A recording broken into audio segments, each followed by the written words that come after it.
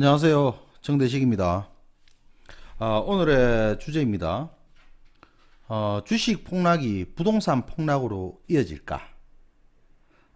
상당히 무겁고 어려운 주제입니다. 영상을 좀 찍다 보니까 내용이 좀 많아서 여러 편으로 나누어 영상을 올리고자 합니다.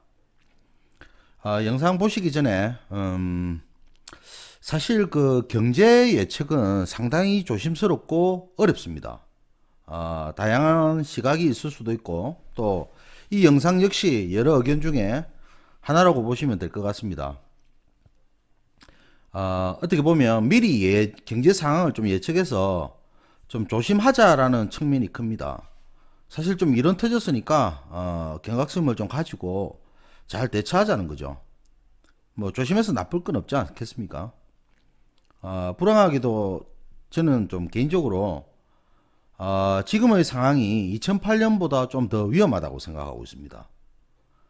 쓸 수 있는 카드가 사실 좀 별로 없다고 생각하니까 좀 극성이 앞섭니다. 그래서 이제 이 영상을 찍게 된 것이고요. 이론적인 근거를 가지고서 하나하나씩 좀 풀어봐야 되는데 사실 좀 실물 경기가 좀 회복되다가 좀 꺾이게 됐는데 단도직입적으로 좀 말씀을 좀 드리면 사실 그 실물 경기가 둔화가 됐죠. 둔화가 됐다고 봅니다. 지금 실물 경기가 둔화가 되면 당연히 실물 경기 둔화로 인해 갖고 투자를 갖다가 안 합니다. 투자가 위축이 되죠. 투자가 위축이 되면 소득이 감소가 됩니다.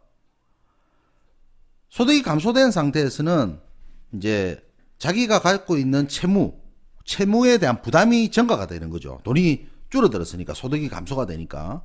그렇게 되면 실질적으로 자산 가치도 떨어지게 되는 거거든요. 그러면서 채무 상환이 들어오는 겁니다. 그러면서 또 이게 악순환이 돼서 소비를 갖다가 위축이 되니까 소비를 갖다가 미루게 되죠. 예. 그래서 이제 어떻게 보면 디플레이션도 생기는 겁니다. 그래서 소비 부진이 되고 그러다 보니까 경기가 안 되는 겁니다. 부진하게 되는 겁니다. 계속 하면 또 악순환이 또 되는 거죠. 그래서 계속해서 악순환이 되는 겁니다. 이걸 이제 제가 좀 걱정을 하는데, 항상 경기는 확장이 됐다가 경기가 위축이 됐다가 이렇게 주기적으로 반복되죠. 그렇기 때문에 제가 오늘 이 영상을 찍는 이유도 그런 이유인데, 경기가 확장이 되는 시점을 한번 보겠습니다. 경기가 확장이 되는 시점은 일단 자산 가치에 대해서 긍정적인 기대를 하죠. 경기가 확장이 될 거니까 좋게 보는 거죠. 좋게 보다 보니까 부채 차입을 통해서도 지출을 갖다 높입니다.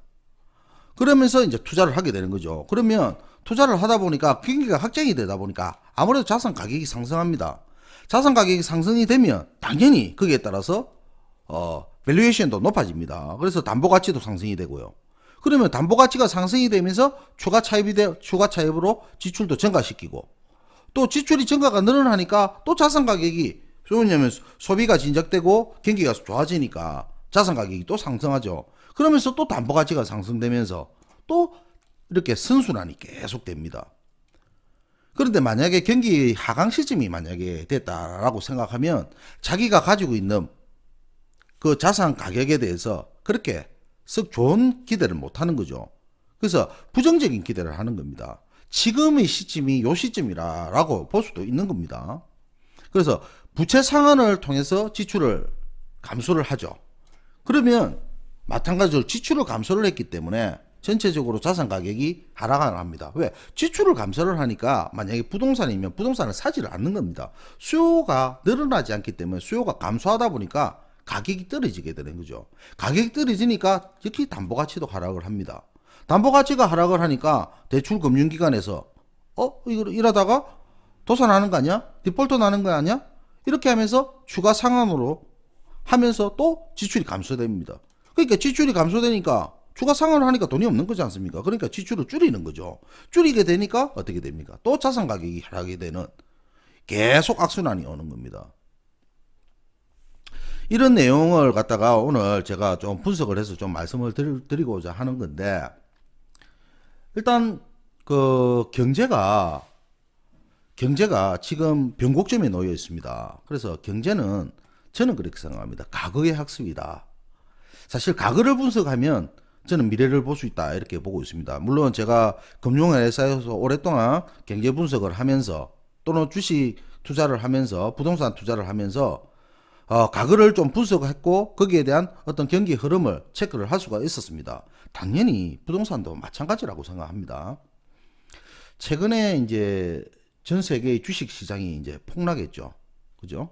그것도 여러분들 다들 아실 건데 폭락의 이유가 코로나19라고 다들 이야기를 합니다. 저도 나름대로 부인하지 않습니다. 그렇지만 주식시장에 제일 큰 악재가 불확실성입니다. 코로나 악재가 나왔다고 하더라도 그것보다도 그 코로나19가 어떻게 파생돼서 어떻게 변화가 있을 것인지를 갖다가 전혀 예측하기 어렵기 때문에 사실 불확실이 있기 때문에 그게 어려운 겁니다. 당연히 폭락의 이유를 갖다가 체크하면 상황을 갖다가 대비할 수 있죠. 그래서 오늘 영상의 주 내용도 대책을 준비하자는 겁니다. 당연히 코로나19가 촉발이 되었습니다. 사실 근데 그 전에 폭발의 징후 시그널이 있었습니다. 영상을 끝까지 보시면 그 이유를 갖다가 제가 상세하게 설명을 할 겁니다. 그런데 이제 설상가상으로 그런 시그널이 있는데 설상가상으로 코로나19가 덮치면서 이제 패닉이 온 거죠.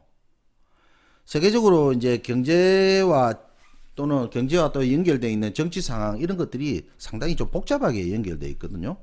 이거는 여러 연결이 되어 있다 보니까 그런 부분을 좀 분석을 해야 되는데 중심은 미국입니다. 일단 주인공은 주연 배우로서 이제 트럼프가 나오게 되는데 트럼프가 어떻게 보면 재선에 성공하기 위해서 자기의 지지 기반 여러 개가 있겠습니다. 지지 기반이 여러 사항이 있을 수 있는데 그 중에서 셰일가스 산업과 연관된 내용입니다. 이 내용이 터지면서 사실 러시아하고 사우디 이런 유가 전쟁을 하는 치킨 게임이 나오게 되는 거고 또 거기에서 연관된 이란 문제도 좀 있는 거고요. 미국과 중국의 무역 전쟁 이런 것들이 다 여러 가지 문제가 복잡하게 되어 있는 겁니다. 단순히 그냥 부동산이 폭락을 할 것이다, 주식이 폭락할 것이다 이유가 분명히 있겠죠. 사실 이런 내용을 모르면은 이런 걸 또 체크하지 못하면은 경제라든지 주식이라든지 부동산 전혀 예측을 못합니다. 이걸 다 분석하려면 사실 한도 끝도 없겠지만은 하나하나 좀 풀어보도록 하겠습니다. 먼저 주식시장입니다. 주식시장은 사실 분명 그 선행시장이죠. 선행시장이기 때문에 통계적으로 보면 한 6개월 정도 이제 실무경제보다 선행한다고 합니다. 먼저 걱정을 먼저 하는 거죠. 걱정을 먼저 하기 때문에 주가를 이렇게 깨게 되는 겁니다. 이렇게 깨버리죠. 사실 추세를 갖다가 완전히 이탈을 했습니다. 추세를 이탈을 하고 미국 다우존스 보세요. 부익 한 3주 만에 거의 3만 포인트 가까운 데서 2만 1000포인트까지 폭락을 해버립니다. 이유가 분명히 있겠죠. 예. 지금 이렇게 차트가 한번 깨지고 나면 당장 회복하기가 어렵습니다. 왜냐하면 여기에 관계되는 파생 결합이 되어 있기 때문에 연계가 엄청 되어 있거든요. 그리고 헤지펀드 애들이 가만 놓지 않습니다. 이런 기회를 가만 놔 놓겠습니까? 더 박살 내버립니다. 여기서 설령 반등이 나와도 이렇게 가는 거죠. 그러니까 오래 걸린다는 겁니다. 자, 제가 나름대로 주식을 한번 분석을 한번 해보겠습니다. 저는 사실 지금은 부동산도 강의도 하고 또 부동산 투자나 또 뭐 중개업도 좀 하고 있지만 사실 그전에는 주식 전문가입니다. 실질적으로 실물 경제도 분석도 했지만 주식 시장도 분석을 많이 했죠. 일단 미국 다우존스 이렇습니다. 네. 나스닥도 마찬가지입니다. 뭐 다우존스가 그랬는데 나스닥 다 같이 움직이죠. 그 다음에 독일 닥스입니다. 사실 지금 미국은 항상 많이 빠질 때도 적게 빠지고 오를 때는 더 많이 올랐습니다. 왜? 미국이 항상 중심이었기 때문에 그렇습니다. 지금 독일 보십시오. 독일도 추세를 깨고 요걸 깨고 내려갔지 않습니까? 그런데 독일, 특히 유럽은 직전 저점도 깼습니다. 직전 저점도. 심각합니다. 프랑스도 마찬가지죠. 프랑스도 추세를 다 이탈하면서 큰 데미지를 받습니다. 여기도 마찬가지로 직전 저점을 갖다가 깨버렸습니다. 러시아도 오늘 이번 영상의 주인공 중에 한 명입니다. 얘도 지금 이렇게 전체 그 세계 경제를 엉망으로 만드는데 일조를 했거든요. 유가에서 일조를 했는데 러시아도 마찬가지로 박살을 냈죠. 박살이 나고 얘도 지금 자기의 지지선인 깨면 안 되는 데를 깨버렸죠. 예. 그러니까 다시 올라오다가도 다시 꼬리를 달고 밀리는 겁니다. 자, 우리 한국 시장입니다. 사실 한국의 주식 시장은 많이 오르지 못했습니다. 여러 가지 문제가 있죠. 가계부채에 대한 문제도 있고. 그런데 얘도 지금 마찬가지로 깨면 안 되는 지수 포인트를 갖다 깨버렸죠. 이렇게 되면 당장 한국이든 유럽이든 미국이든 반등 못합니다. 바로 다이렉트 바로 못하는 거죠. 그렇기 때문에 어떻게 보면 시간이 있다라고 보는 거고요. 코스닥도 마찬가지입니다. 코스닥 계속 유지하고 있던 박스권 돌파하면서 돌파를 깨버리니까 직전 저점도 깨버리는 겁니다. 자, 필라델피아 반도체 주식입니다. 우리나라는 수출 주도형의 국가죠. 수출 주도형의 국가다 보니까 사실 수출을 반도체라든지 이런 것으로 먹고 삽니다. 1위가 삼성전자죠. 2위가 이제 SK 하이닉스인데 역시 현물도 이렇게 박살이 나지 않습니까? 그죠? 현물도 이렇게 박살이 납니다. 현물이 이렇게 박살이 나는데 제가 여기서 차트를 제가 좀 보여드렸잖아요. 제가 차트를 보여드렸는데 그만큼 주식시장이 지금 속된 말 맛이 갔습니다. 맛이 가게 되면 앞으로 일어날 일들을 나름대로 예측을 해야 되지 않겠습니까? 주식은 언제든지 매매가 가능합니다. 보시면 언제든지 매매가 가능하죠. 예. 그래서 주식시장을 갖다 완전 경쟁시장이라고 이야기를 합니다. 호재가 나오든 악재가 나오든 즉각 반영이 됩니다. 근데 부동산 시장은 어떻습니까? 최근에 우리 부산 같은 경우에서 제가 서울 쪽은 이야기 안 합니다. 제가 작년에는 제가 나름대로 부동산이 상승할 것이라고 노래를 불렀습니다만 지금은 제가 한도를 넘었기 때문에 제가 지금은 상승한다 소리 안 합니다. 사실 이런 내용 코로나19 사태가 나오기 전에 약간 시그널을 좀 봤기 때문에 그랬는데 어쨌든 부동산 시장은 호가 거래지 않습니까? 호가 거래다 보니까 사실 불안정 경쟁 시장이라고 봐야 되죠. 호가의 공백이 너무 큽니다. 그래서 실제로 거래량이 받쳐주지 않으면 거래되는 가격을 100% 신뢰를 못 한다는 거죠. 그래서 어느 정도는 부동산 시장과 주식 시장을 비교를 해보면 부동산 시장이 주식 시장보다 6개월 후행한다라고 보니까 어떻게 보면 나름대로 반영이 되는 시점이 이제 시간적인 어떤 여유를 버는 거죠. 다행히 제가 말씀드릴 수 있는 반영되는데 부동산 시장 쪽에 반영되는데 시간이 좀 걸린다라고 보는 겁니다. 그래서 지금 당장 아직까지 이 방송을 듣는 분들도 지금 상황을 인지를 못하고 있을 수도 있는 거거든요. 그래서 제가 이런 영상을 쓰는 거고 사실 그런 기간이 있기 때문에 그 기간 안에 충분히 대처해도 충분히 가능하다라는 부분입니다. 대처할 수 있는 시간은 어느 정도 좀 벌 수 있기 때문에 제가 팁을 드린다고 보고 또 이런 영상을 좀 찍는 거다 이렇게 보시면 되는데 서론이 좀 길었습니다. 사실 과연 경제 위기가 오겠습니까? 또 부동산 폭락이 올까요?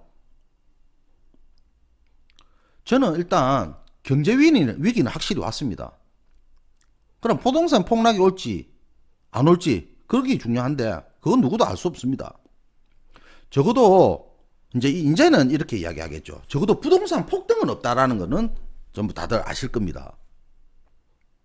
지금도 만약에 부동산 폭등이 있을 것이다. 물론 이제 나중에 금리 이야기를 제가 하겠지만 금리를 이야기를 하면 부동산이 오를 수 있다는 여러 가지 이해도 있을 수 있겠죠. 그죠? 그렇지만 지금은 그런 이야기 못할 수 있는 그런 상황이다. 이렇게 보는 거고, 경제 위기에 대해서 상황이 안 좋을 때마다 경제 위기가 오지는 않았거든요.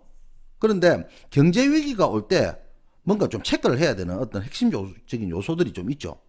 그래서 지금 제가 주가를 보여드렸습니다. 주가를 보여드렸고, 그 다음에 이제 주가를 보여드리고, 그 다음에 금리입니다. 금리. 예. 제가 지금 이 영상 주가 말고 또 금리 이야기 할 거고, 또 경기 이야기 할 거고, 정책 이야기 할 건데, 다른 거 경기라든지 정책은, 경기는 금리 이야기하면서 같이 이야기 드릴 거고, 정책은 솔직히 지금 뭐 어떻게 말해도 뭐 문재인 정권이 아무리 자기가 진보를 대변하든 보수를 대변하든 어쨌든 정책은 지금 통하지 않고 잘 어려운 거지 않습니까? 예. 하여튼 요 네 개인데 주가, 금리, 그리고 경기 상황, 그리고 개별 정책입니다. 사실 지금 이제 주가 흐름 봤으니까 이제 금리 상황을 한번 보죠. 예. 금리는 부동산하고 좀 반비례합니다. 부동산하고 반비례하는데 상당히 부동산하고 밀접해 있죠. 금리는 이제 유동성을 갖다가 이제 보기 위한 중요한 지표로 이래 인식을 하고 있는데, 금리가 낮으면 유동성이 늘어나니까 그 유동성이 부동산에 쏠리면서 주택 가격이 급등합니다. 편집하는 과정에서 뒷부분이 좀 잘못되었습니다. 그래서 다음 편 그 금리와 그 부분에 금리 부분에 대해서는 2편으로 해서 영상을 올리도록 하겠습니다. 감사합니다.